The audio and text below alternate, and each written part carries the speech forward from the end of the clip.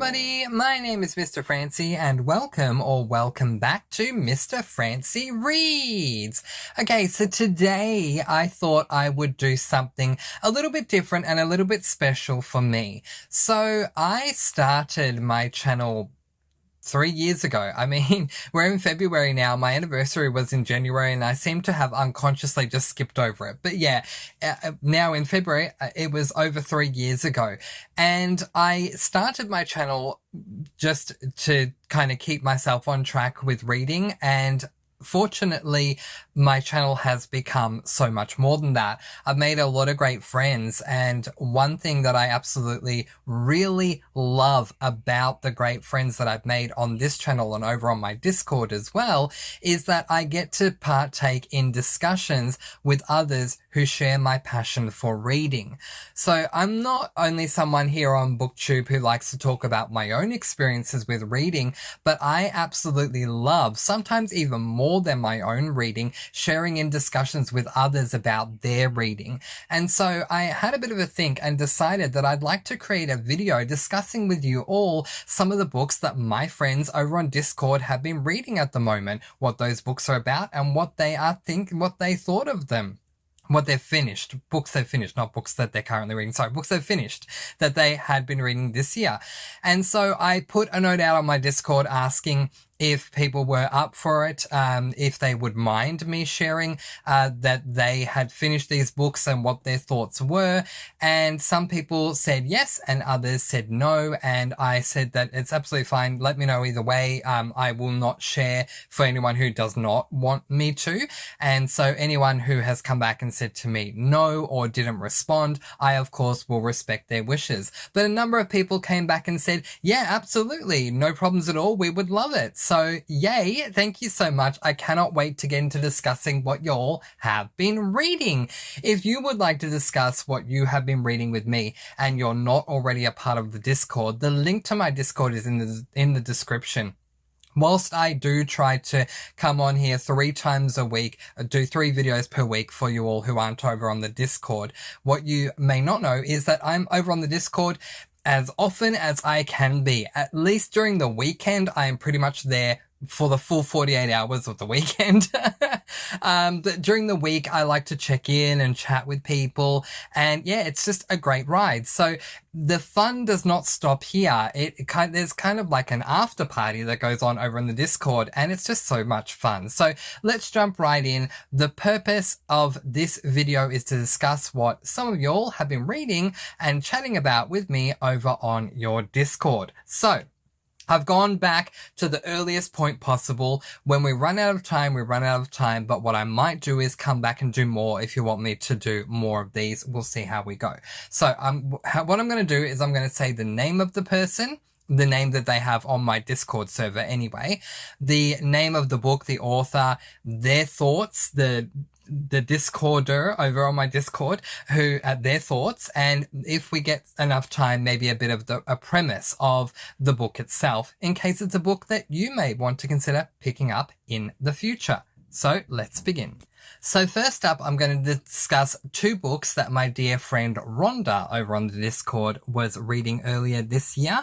And the first one is called A Lady for a Duke by Alexis Hall. Now, of course, that name rings a bell for me because I know that Alexis Hall has written a book that I loved. I'm going to find out what it was. Boyfriend Material. Oh my goodness. And if I get time, I'm going to read book number 2 in that series at some point this year. I love that book. So this is not an LGBTIQ plus book. That one was. This is actually, it does include LGBT, which is very interesting. I'm trying to find the age range, but I'm not really seeing the age range here. I'm thinking it's adult by the cover, but it says it is a romance, historical fiction, LGBTIQ plus. So there you go. So the bit of the premise that it has on Goodreads says, when Viola Carroll was presumed dead at Waterloo, she took the opportunity to live at last as herself. But freedom does not come without a price, and Viola paid for hers with the loss of her wealth, her title, and her closest companion, Justin de Vere, the Duke of Gracewood. Only when their families reconnect years after the war does Viola learn how deep that loss truly was. Shattered without her, Gracewood has retreated so far into grief that Viola barely recognizes her old friend in the lonely, brooding man he has become. Okay, so let's see. Rhonda said that she'd finished that one, and it looks like she enjoyed it. Rhonda also added another book to that same post, and that was this book, Legends and Lattes by Travis Baldry. This is a book that has been recommended to me time and time again, and I don't have it on a list for this year, but I tell you what, I probably should, because you'll keep telling me, Miss Francy, you gotta read this book. So this is I'm trying to find the age range, adult. Okay, it is an adult romance, LGBTIQ+, that by the state of the cover looks like it is a cross between a fantasy, it's an adult fantasy romance LGBTIQ+. It looks like a cross between a fantasy and a cozy mystery. But anyway, so let's look at the premise. After a lifetime of bounties and bloodshed, Viv is hanging up her sword for the last time. The battle-weary orc aims to start fresh, opening the first ever coffee shop in the city of Thune. But old and new rivals stand in the way of success, not to mention the fact that no one has the faintest idea what coffee actually is. If Viv wants to put the blade behind her and make her plans a reality, she won't be able to go it alone. So there you go. Yeah, look, that does sound intriguing to me, and I can certainly see the cozy side to it as well as the fantasy side. Maybe I just need to add this one to my TBR, my overwhelming TBR as it stands already anyway. Thanks, Rhonda, for letting us know. Okay, now I've had to skip some because I wasn't able to see a title or an author, and sometimes titles appear in multiple books. So yeah, I'm sorry if I had to skip yours. It's just because I couldn't determine in enough time which actual book it was.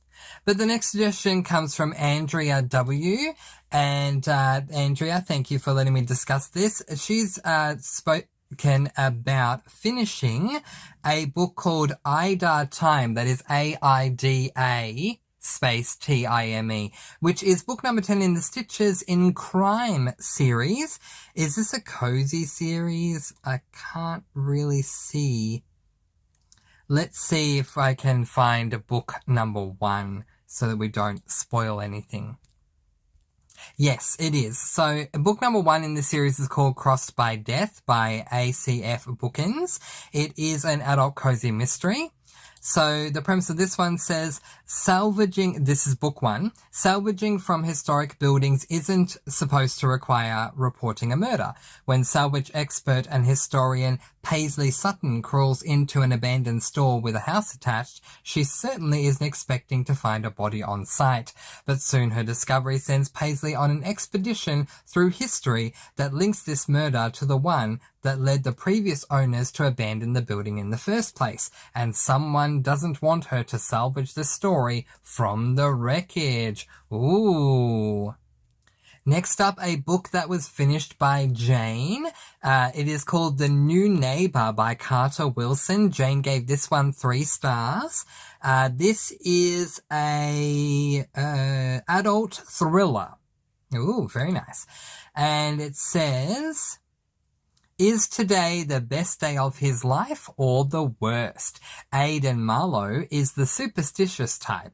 He's been playing the same lottery numbers for 15 years, never hitting the jackpot. Until now, on the day of his wife's funeral. Are you kidding me? I'm sorry. It's just such a bizarre situation. The guy has been playing the same lottery numbers. He never wins jackpot, but the day he does is the day that his wife's funeral is taking place. Okay. Aidan struggles to cope with these 2 sudden extremes, instant wealth beyond his imagination and the loss of the only woman he's ever loved, the mother of his twin children. But the money gives him and the kids options they didn't have before. They can leave everything behind. They can start a new life in a new town. So they do. But a huge new house and all the money in the world can't replace what they've lost. And it's not long before Aiden realizes he's merely trading old demons for new ones because someone is watching him and his family very closely. Someone who knows exactly who they are, where they come from, and what they're trying to hide. Someone who will stop at nothing to get what they want. Ooh, have some shivers with that one. So Jane gave this one 3 stars. Thank you for letting us know, Jane. So the next book we're going to discuss is a book that Hannah finished, and it is a book I have seen everywhere on BookTube. I feel like BookTube is telling me you must read this one. It's a requirement to be a creator. But that's okay. Hannah loved this book. She gave it 4.5 stars. It is called Malibu Rising, and it is by Taylor Jenkins Reid. So this book is an adult historical fiction, it seems. That's what it's been categorized as. Let's take a look at the premise. Malibu, August 1983. Well, there you go. It's definitely historical fiction. It's the day of Nina Reva's annual end of summer party, and anticipation is at fever pitch. Everyone wants to be there around the famous Revas. Nina, the talented surfer and supermodel, brothers Jay and Hud, and one championship surfer. The other a renowned photographer, and their adored baby sister Kit. Together, the siblings are the source of fascination in Malibu and the world over, especially as the offspring of the legendary singer Mick Reva. The only person not looking forward to the party of the year is Nina herself, who never wanted to be the center of attention, and who has also just been very publicly abandoned by her pro tennis player husband. Oh, and maybe Hud, because it's long past time to confess something to the brother from whom he's been inseparable since birth. Jay, on the other hand, is counting the minutes until nightfall when the girl he can't stop thinking about promised she'll be there, and Kit has a couple of secrets of her own, including a guest she invited without consulting anyone. But by midnight, the party will be completely out of control. By morning, the Reva mansion will have gone up in flames. But before that first spark in the early hours before dawn, the alcohol will flow, the music will play, and the loves and secrets that shape this family's generations will all come bubbling to the surface. This actually sounds intriguing. I don't think I've ever heard the premise of this book before. I've seen it everywhere on BookTube, as I said, but I always skip over it because of just the hype. I've spoken about this before. I am someone who completely denies the hype train. The hype train will pull up to me and I'll say, move on, I'm not getting on board. So every time I see Malibu Rising, I just skip over and go to the next book that the BookTube is discussing. But now that I've read the premise, it actually sounds intriguing. Hannah loved it. She gave it 4.5 stars. Thank you, Hannah. So next up, we have Michelle, and Michelle finished the book The Gateway by Lamar Giles. This is a young adult horror thriller dystopian sci-fi mystery. It sounds incredible just based on the genres. Michelle says, finished The Gateway by Lamar Giles, 4.5 stars. It's a YA horror, and I will say the first 50 pages or so took me a while to understand the formatting or writing style, but once I got it, it was literally one of my favorite reads thus far. I read it in 3 days, can't complain. So sounds like she loved it. 4.5 stars. Let's see what this horror, thriller, dystopian, fiction, science fiction mystery is all about. The Gateway by Lamar Giles. Welcome to the funnest spot around. Jay is living his best life at Karloff Country, one of the world's most famous resorts. He's got his family, his crew, and an incredible after-school job at the property's main theme park. Life isn't so great for the rest of the world, but when people come here to vacation, it's to get away from all that.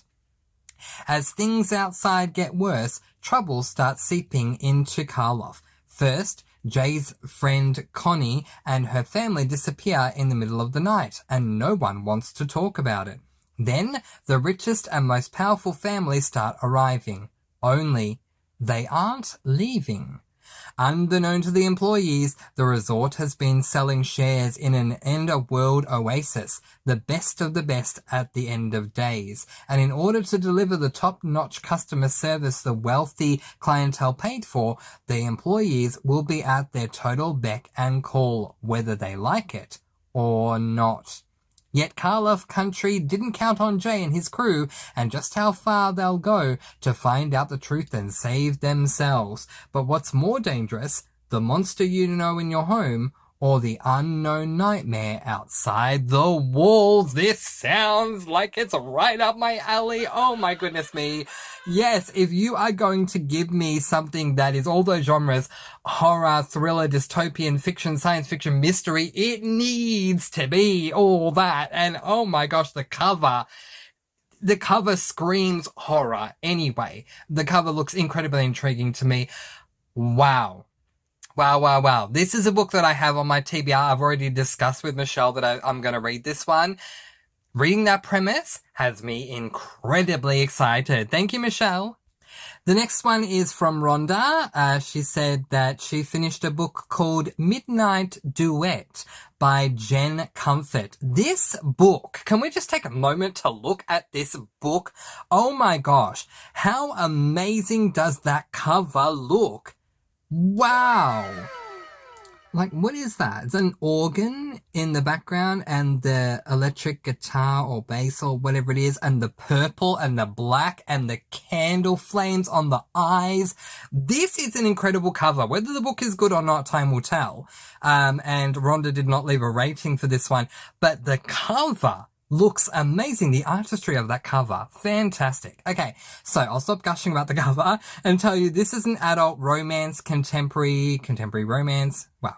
You'll love how people categorize things as either romance or contemporary or as a contemporary romance. But anyway, it looks like it's an adult romance or an adult contemporary romance. Okay, so self-professed diva Erica Green has it all. A starring role on Broadway, legions of fans, spectacular natural talent. But after an accident on stage leaves her face scarred and her career in shambles, Erica retreats to Paris, Nevada, where she's inherited a ramshackle opera house in desperate need of some TLC.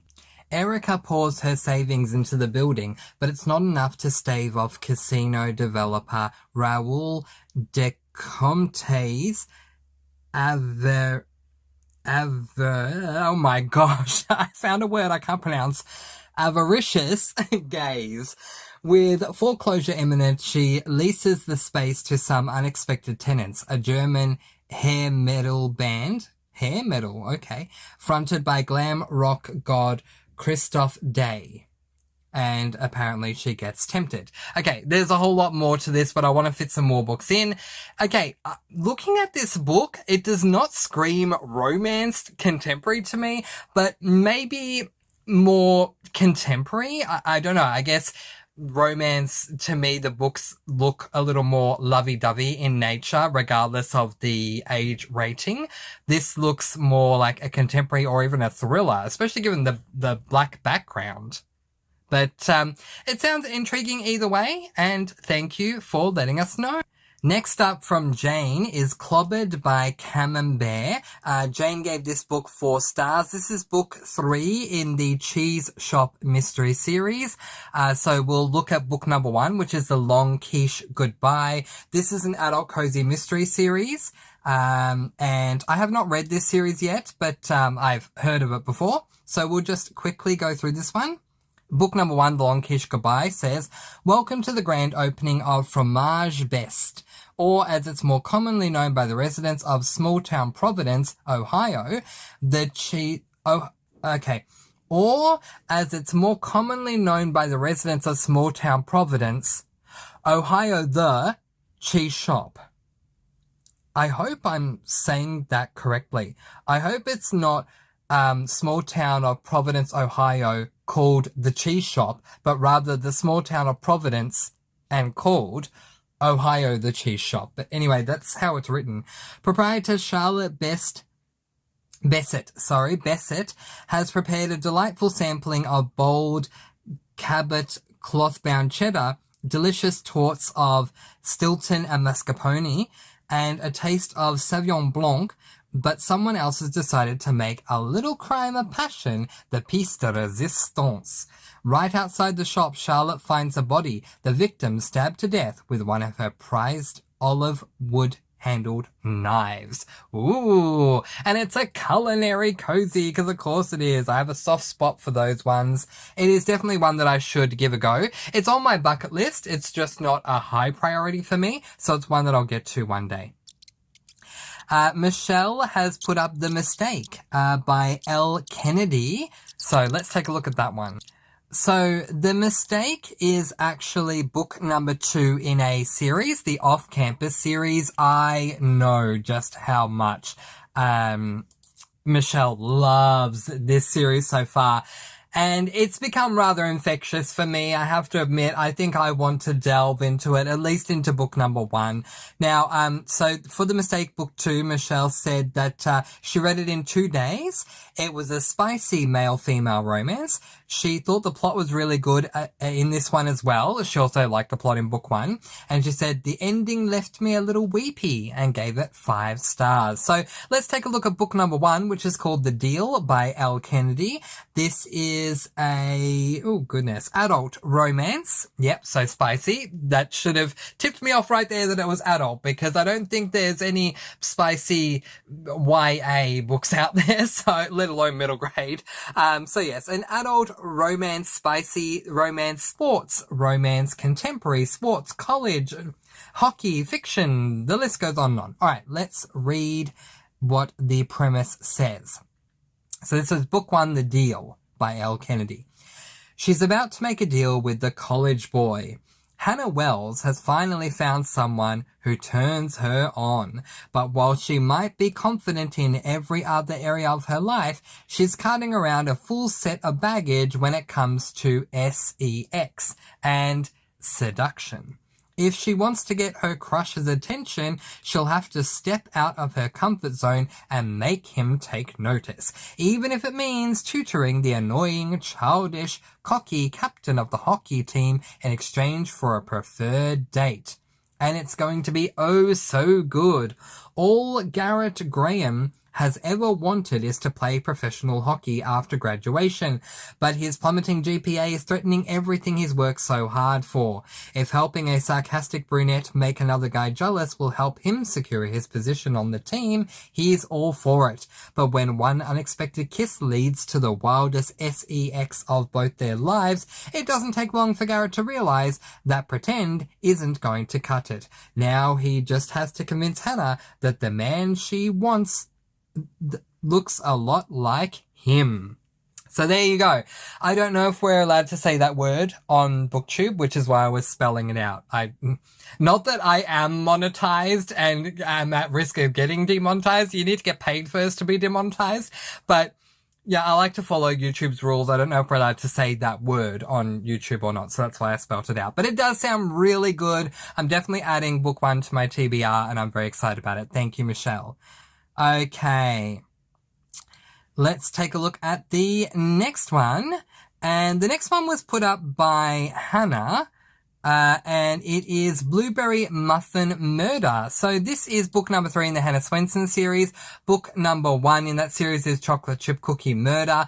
This was not the book for me, but I will still read the premise anyway. It is an adult cozy mystery series. And it says, discover the delicious mystery that started it all. No one cooks up a delectable suspense-filled mystery quite like Hannah Swenson, Joanne Fluke's desert-baking redhead heroine, whose ginger snaps are as tart as her comebacks and whose penchant for solving crimes, one delicious clue at a time, has made her a best-selling favourite, and it all began on these pages, with a bakery, a murder, and some suddenly scandalous choc chip crunchies. Featuring a bonus short story and brand new mouth-watering recipes, this limited edition of the very first Hannah Swanson mystery is sure to have readers coming back for seconds. Have you ever read a blurb on the back of a book that is not the plot? It's just basically, here's why you should read it because people say it's amazing and that's all that you get. Well, that's all we got in this first paragraph. But anyway, yeah, I hope we can garner something, from this. So yeah, featuring, so it's by Joanna Fluke, and it features, Hannah Swenson as the protagonist. Who runs a bakery, murder happens. I think we get the gist. Yeah, it just wasn't the book for me, but I'm not here to push my opinion on others and say, you shouldn't read this because I didn't like it. It just wasn't the book for me, but I do highly recommend it, and Hannah read book number 3. So, excellent, Hannah. Okay, let's see what's next. Now, only for the sake of time, we're going to end with this one, and it is from Cheryl. Cheryl gave this book 4 stars and says that the series is now finished. The book that she read was Waste of Space by Stuart Gibbs. That is book number 3 in the Moonbase Alpha series. Book number 1 in this series is called Space Case, so that's the one we're going to look at. This book, book 1, is an middle grade mystery. Middle grade mystery? Oh my gosh, I am so down. Let's read the premise. Like his fellow Lunanauts.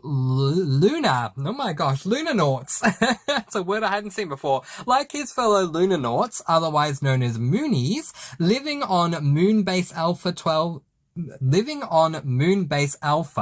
12-year-old Dashiell Gibson is famous the world over for being one of the first humans to live on the moon. Really? That sounds awesome.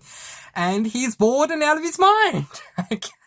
Sounds awesome to me, but if you've been living there for a while, probably you would be bored. Kids aren't allowed on the lunar surface, meaning they're trapped inside the tiny moon base with next to nothing to occupy their time. And the only other kid Dash's age spends all his time hooked into virtual reality games. Then Moonbase Alpha's top scientist turns up dead. Dash senses there's foul play afoot, but no one believes him. Everyone agrees Dr. Holtz went onto the lunar surface without his helmet properly affixed. Simple as that. But Dr. Holtz was on the verge of an important new discovery. Dash finds out, and it's a secret that could change everything for the Moonies. A secret someone just might kill to keep. As hard as that was for me to read, it does sound amazing. Oh my goodness. So there you go. Yeah, middle grade mystery sci-fi. Yeah, makes sense. Mystery because someone died. Sci-fi, sit on the moon. Sounds really, really intriguing. Thank you so much, Cheryl. Well, there you go, my friends. There are some of the books that some of my dear friends over on the Discord server have read. Have you read these books before? What did you think? Are you going to add some of these books to your TBR? Let me know if you are. Do you have any other great bookish recommendations you'd like for me to discuss that you've read here at the channel? But in the meantime, that is where I am going to leave it, letting you all go with peace, blessings, and so much love. Please do be kind and love one another and spread your sparkling energy all throughout the world. And until next time, happy reading. Bye everyone.